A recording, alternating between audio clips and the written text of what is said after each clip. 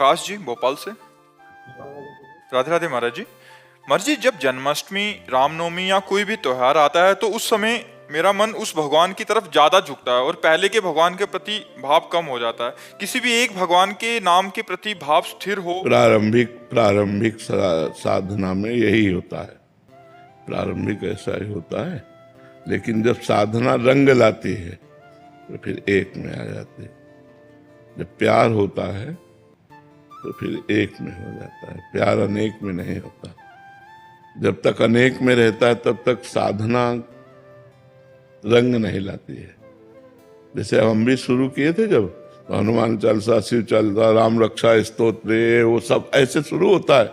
और फिर आकर के जब भक्ति का रंग आता है तो फिर एक में एक भरोसो, एक बल, एक आस विश्वास, एक राम घनश्याम हित चातक तुलसीदास, चातक की तरह भगवान से प्रेम करने लगता है। ऐसा करना चाहिए, जैसा आप कर रहे हो ऐसा करना चाहिए। यही सब करते करते हम आगे बढ़ते हैं। जब आगे हम पहुंच जाते हैं, देखो क्रम है। अब अगर ककाहरा और मात्रा नहीं याद है तो पीएचडी तक कैसे पहुंचोगे? तो ये पीएचडी है, प्रेम का मतलब पीएचडी एकदम।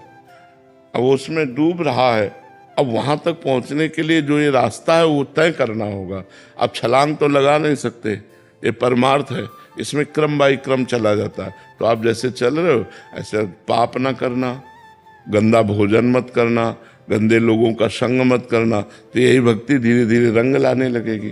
ठीक है ना महाराज जी? आपके आशीर्वाद से राधा नाम पे बहुत विश्वास हुआ है। हाँ। और मैं चाहता हूँ कि बस ये हमेशा ऐसा ही। हाँ, नाम जपो, राधा राधा राधा राधा राधा जपते रहो, राधा। राहुल जी। राधे राधे महाराज। राधे राधे महाराज जी।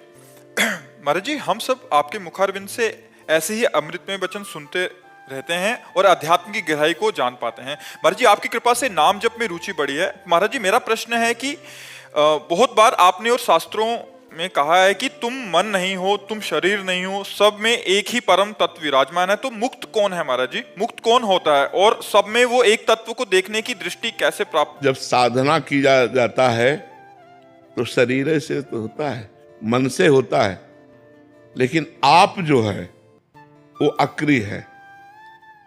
अब इसके ज्ञान के लिए जब हम गुरु का वरण करके और खूब भजन करते हैं और पवित्र आहार और संयम से चलते हैं, कोई पाप आचरण नहीं करते, तो ये ज्ञान स्वयं प्रकट होता है।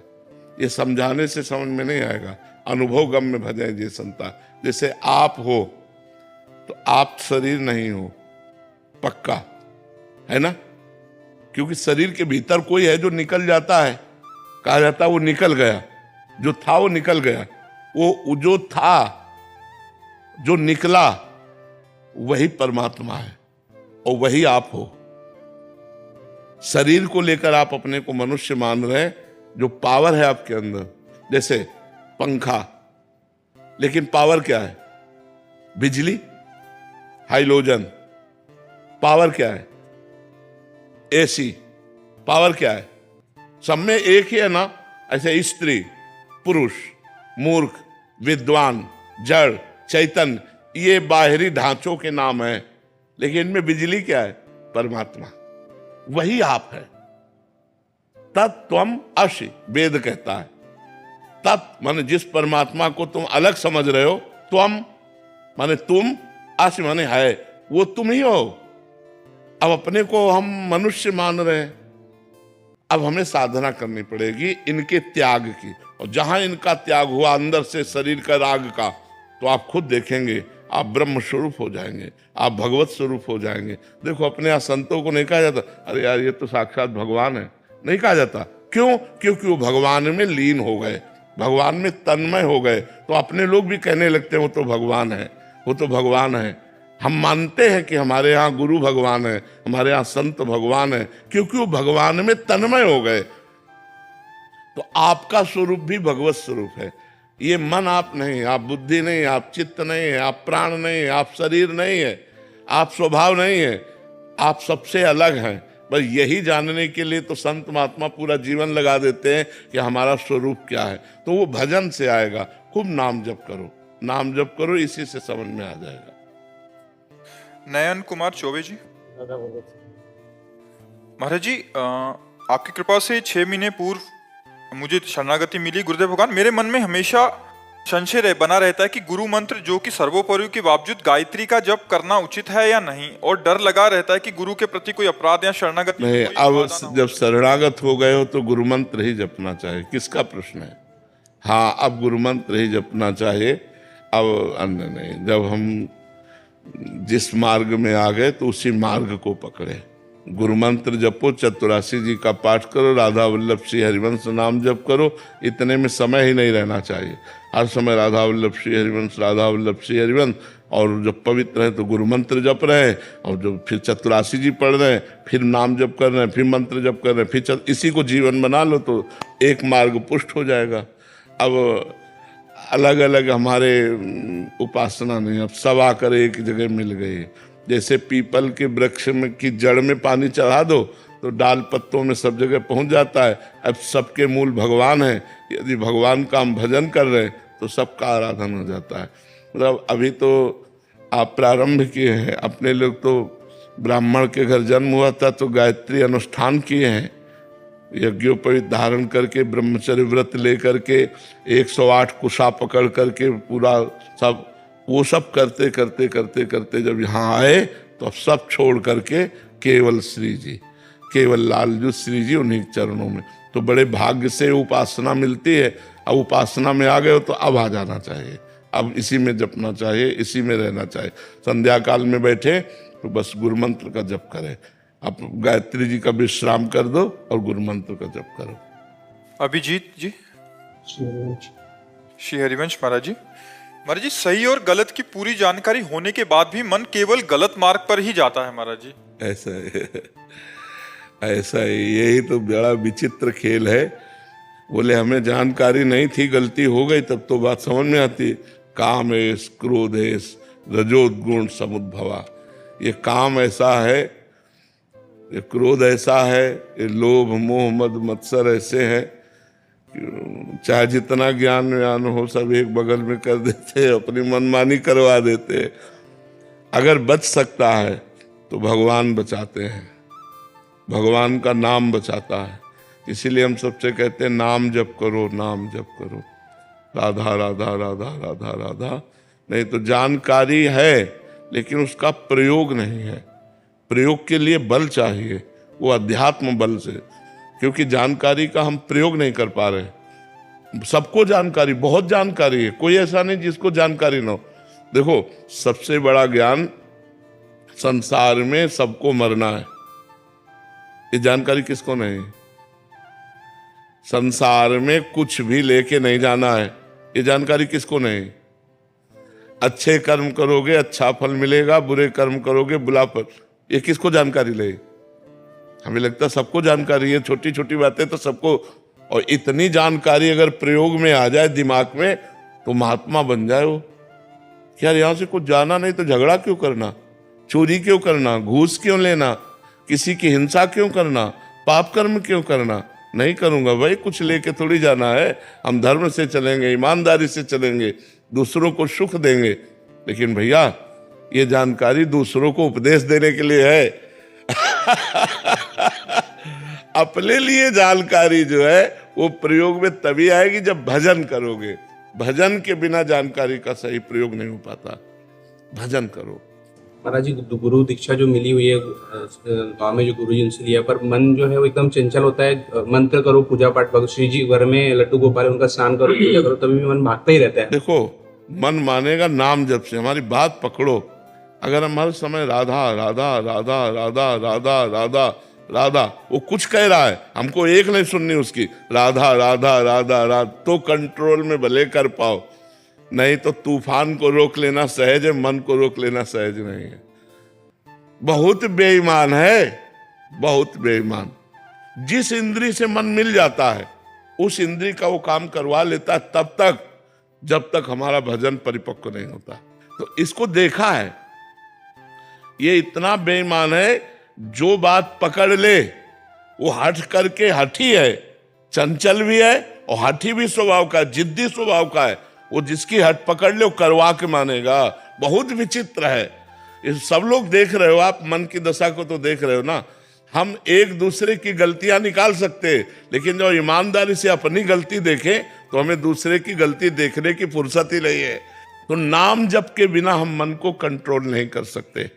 जब हर समय परम पवित्र भगवान का मंगलमय नाम चलता है, राम राम राम राम, राधा राधा राधा राधा, कृष्ण कृष्ण कृष्ण, तो इससे जो पावर होता है वो पावर फिर रोकता है मन को, फिर रुचि नहीं रह जाती। आप नाम जप के देखिएगा, आगे चलकर ऐसा होगा कि खान पान और संसार की रुचि नहीं रह जाएगी। नाम जप से बात बनती। नाम जप करो, जितना नाम जप करोगे उतना ही अपनी जानकारी का सही प्रयोग कर पाओगे। और नाम जप नहीं तो जानकारी सब है, लेकिन गलत कार्य रोक नहीं सकते। ये 3 ऐसी चीजें हैं जो बड़े बड़ों को फिसला देती हैं, कामिनी, कंचन और कीर्ति। ये 3 ऐसी हैं जो बड़े बड़ों को फिसला देती है, इसलिए नाम जप करो। महाराज जी, इच्छाओं का आपका ये समन कैसे हुआ महाराज? नाम जप से, भगवान के नाम जप से। नाम जप करते करते करते करते अब वो जो कामना के लिए इच्छा रहती है, वो कामना वाली जगह नहीं रह गई, तो अब कोई इच्छा नहीं है। जो कुछ उचित आया उसको प्रसाद पा लिया शरीर पोषण के लिए, नाम जप के प्रभाव से अब कोई महत्व नहीं रह गया। अच्छा, वैसे चाहे थोड़ा महत्व रह ही जाता, लेकिन अब जब मरने का रोज हम अपनी तैयारी रखते हैं ना, तो कोई महत्व नहीं है, क्योंकि हमारी दोनों किडनी फेल है, अब डायलिसिस होता है, तो अब यह कि कभी भी मर सकते हैं, कुछ हमारा है नहीं, शरीर छूट ही जाएगा, तो एकदम एक मतलब शून्य में आ गए हैं। अब जैसे भगवान चलावे वैसे चलावे। अब कोई चाह नहीं है कि यार ये दवा मिल जाए या ये खाने को मिल जाए। अब पता है अब जाना है, यहाँ से जाना है, तो बस जितना बन जाए परोपकार बन जाए, जितना बन जाए भगवान का भजन बन जाए, जितना बन जाए दूसरों को सुखी कर दे, बस यही एक भावना रह गई। और तो राधा राधा राधा। पर जी हमें भी पता है सबको कि जाना है, बट फिर हमारी क्यों रुचि उसी ओर है? क्योंकि अभी पक्का पता नहीं जाना है। आपको पक्का पता नहीं जाना है, यह कि अरे यार कहीं 70, 80, 90 में जाना है, हमें तो पक्का पता है कि अब जाना है। तो अब ये लगता है कि जैसे गाड़ी के पहिए टूट गए हैं, तो अब कितना चलेगी, दोनों फेल है तो कितना चलेगी। टपनी लगेगी महाराज। ये बात जरूर है, इस टपली लगी है, प्रियालाल की ठाकुर जी की कृपा की स्टपली लगी है, वो बिना पहिया के भी दौड़ा सकते हैं। मूकम करोति वाचालम पंगुम लंघयते गिरिम यत् कृपा तमहम वंदे परमानंद माधवम। वो मूक को वाचाल कर दे, पंगु को पहाड़ चढ़ा दे, वो बड़े करतुम अन्यथा करतुम है। मोहन मिश्रा जी हरदोई से। राधा वल्लभ शेरवंश। शेरवंश महाराज जी, मेरी उम्र 25 वर्ष है। आपकी प्रेरणा से ब्रह्मचर्य और नाम जप के माध्यम से अध्यात्म मार्ग पर पिछले कुछ महीनों से बढ़ने का प्रयास कर रहा हूँ। महाराज जी, मुझे पूर्व में भोगों के प्रति रहे मलिन मन के प्रति खेद उत्पन्न होता है। मेरा सवाल है कि महाराज जी, हमारे देश में ब्रह्मचर्य जैसे विषय पर बचपन से ही माता पिता और हमारी शिक्षा प्रणाली खुलकर चर्चा क्यों नहीं कर पाती? महाराज जी, वर्तमान में ये कैसे संभव हो पाए? बहुत कठिन है बच्चा। जब उसको चर्चा करो तो लोग उसे दूषित बात समझते हैं। नहीं, जैसे कहा जाए अपने कि भाई आप लोग को एक अवसर मिला है। हमारे शास्त्र में जीवन को 4 भागों में बांट दिया गया। पहला ब्रह्मचर्य, दूसरा गृहस्थ, तीसरा वानप्रस्थ और चौथा सन्यास। ये पूर्ण मानव जीवन की पूर्णता है। अब जब नींव ही ना होगी तो महल कैसे खड़ा हो जाएगा? मनुष्य जीवन की नींव है ब्रह्मचर्य। अब छोटे छोटे बच्चों में गंदी बातें आ गई हैं मोबाइल के कारण और कुसंग के कारण। हमारे सामने ऐसे ऐसे बच्चे हैं जो 12 वर्ष 13 वर्ष के हैं और हस्तमैथुन के शिकार हो गए, ये गलत आचरण में आ गए। तो अब उनका जीवन क्या खोखला हो जाएगा? जवानी आते आते वो अपने को खोखला कर देंगे। हमें लगता है कि जैसे पहले गुरुकुल जो होते थे तो उससे हमारे समाज का बहुत सुधार होता था कि बच्चे गुरु जी के यहाँ रहते थे तो वहाँ गुरुकुल में ब्रह्मचर्य की शिक्षा दी जाती थी। शास्त्रों का स्वाध्याय, त्रिकाल संध्या, तर्पण, बलिवैश्य देव, ये सब सिखाया जाता था जो हमारे धर्म का स्वरूप है। अब बचपन से जहाँ वो कुछ बोलना सीखते हैं तो ABCD सिखाई जाती है, आधुनिक शिक्षा सिखाई जाती है। आधुनिक शिक्षा बढ़िया है, लेकिन आध्यात्मिक शिक्षा का सपोर्ट होते हुए, पर आध्यात्मिक शिक्षा का सपोर्ट बिल्कुल नहीं है। आज के अध्ययन में बिल्कुल आध्यात्मिक शिक्षा का कभी ये नहीं सिखाया जाता कि प्रातः काल ब्रह्म मुहूर्त में 4 बजे उठो और उठकर अपने माता पिता के चरण छुओ, फिर शौच स्नान आदि करके फिर गायत्री मंत्र जपो, भगवान सूर्य को अर्घ दो, कम से कम 2 काल की संध्या तो करो ही, प्रातःकालीन और सायंकालीन संध्या। तो ये सब कहाँ रह गया? 9 बजे तक तो बच्चे सो के उठते हैं, आजकल तो 11-11 बजे तक लोग सो के उठते हैं। अगर बच्चों को जगाया जाए तो वो जगने के लिए तैयार नहीं। तो आध्यात्मिक सपोर्ट ना होने के कारण हमारी प्रारंभिक दिनचर्या ही बिगड़ जाती है, और कोई दिनचर्या नहीं तो आराधना, देव आराधना कैसे होगी? लेकिन गुरुदेव आपने सच में जीवन बदल दिया तमाम लोगों का। आप आज हम देख रहे हैं हमारे क्षेत्र में काफी लोग ऐसे मीडिया में हैं, लेकिन वो अपना चिंतन बदल रहे हैं, अपना जीवन बदल रहे हैं। ये आपकी कृपा से है। आपने लाखों करोड़ों युवाओं का जीवन बनाया है गुरुदेव। ये कृपा बनाए रखना, और हम सच में, ये मेरे जीवन में हुआ है गुरुदेव। महाराज जी अभी चर्चा चल रही थी इसलिए आपको बता रहे हैं। महाराज जी पीछे 1 साल से इस पे काम कर रहे थे, एक ब्रह्मचर्य कब, क्यों और कैसे। आपकी मतलब प्रवचनों से और आपने जो आज तक महाराज इसकी विशेष सूची में आपको 4 खंड में महाराज इसको किया है। जैसे ये कह रहे हैं कि स्कूल में विद्यार्थी आदि या किन्हीं को तो ब्रह्मचर्य क्या है, उसको वीर्य उत्पन्न कैसे होता है, या उसकी रक्षण के लिए क्या क्या हमें ध्यान रखना चाहिए, हमारी दिनचर्या क्या होनी चाहिए, हमारा खान पान क्या होना चाहिए, या अगर विद्यार्थी हैं तो ब्रह्मचर्य कैसे, अगर हम सन्यासी हैं तो फिर ब्रह्मचर्य का क्या महत्व है। बहुत सुंदर लिखा हुआ है महाराज। पूरा संकलन पिछले 1 साल से इस पे हम काम कर रहे थे। बहुत सुंदर, बहुत। तो अभी ये लगभग हो गया 15-20 दिन में महाराज जी, ये सबके लिए, जनसाधारण के लिए वो हो जाएगा। जितनी भी वानियां थी ब्रह्मचर्य पे, उस पे सबसे संकलन करके भी। अब देखो इसमें लिखा है, वीर ही हृदय को पुष्ट तथा कर्तव्यशील बनाता है। वीर से ही सर्वांग में जीवनी शक्ति संचालित होती है। जो वीरवान है, ब्रह्मचर्यवान है, वो बड़ा तेजस्वी होगा, मतलब आंतरिक उसकी स्फूर्ति बहुत होगी। वीर से ही मस्तिष्क शांत और विचार शक्ति संपन्न रहता है। ओवर थिंकिंग, जो निगेटिव चिंतन है, ये काटता है। जो ब्रह्मचर्य है वो गंभीरता और शांति प्रदान करता है। वीर से ही दृष्टि और श्रवण शक्ति स्थिर होती है। वीर से आपके जो वीरवान है, उनके ज्योति नेत्र की और उनकी श्रवण शक्ति बड़ी पुष्ट होगी। वीर से निर्भयता आती है, वीर से स्वतंत्रता आती है, वीर से उत्साह बढ़ता है। वीरवान साहसी होता है, वीरवान पराक्रमी होता है, वीरवान आलस्य रहित होता है, वीरवान को रोग दबा नहीं सकता, वीरवान निर्बल नहीं हो सकता, उसके अंदर आत्मबल होता है, कलुषता नहीं होती, दंभ नहीं होता, पाखंड नहीं होता, अज्ञान नहीं होता और अविनय नहीं होता। वीरवान विनयी होता है। दुर्गुण दुराचार्य भाग जाते हैं जो ब्रह्मचर्य रहते हैं। जो वीरवान है वो हर कार्य की सिद्धि कर सकते हैं। जो ब्रह्मचारी है वो हर कार्य की सिद्धि कर सकते हैं। जो वीरवान है उससे पुष्ट और स्वस्थ संतान उत्पन्न होती है। जो वीरवान है वो सुंदर होगा, उसमें एक आकर्षण होगा, उसमें सभ्यता होगी, उसमें पवित्रता होगी, उसमें धैर्य होगा, उसमें पुण्य और सद्व्यवहार करने का स्वभाव होगा। वो जो कार्य करेगा वो पुण्यात्मक करेगा और सद्व्यवहार करेगा। कहने का सारांश है कि मनुष्य शरीर में वीर एक महाशक्ति है। जो इसका अधिक से अधिक संग्रह करता है वो उन्नति को प्राप्त होता है। बहुत सुंदर इसमें लिखा हुआ है।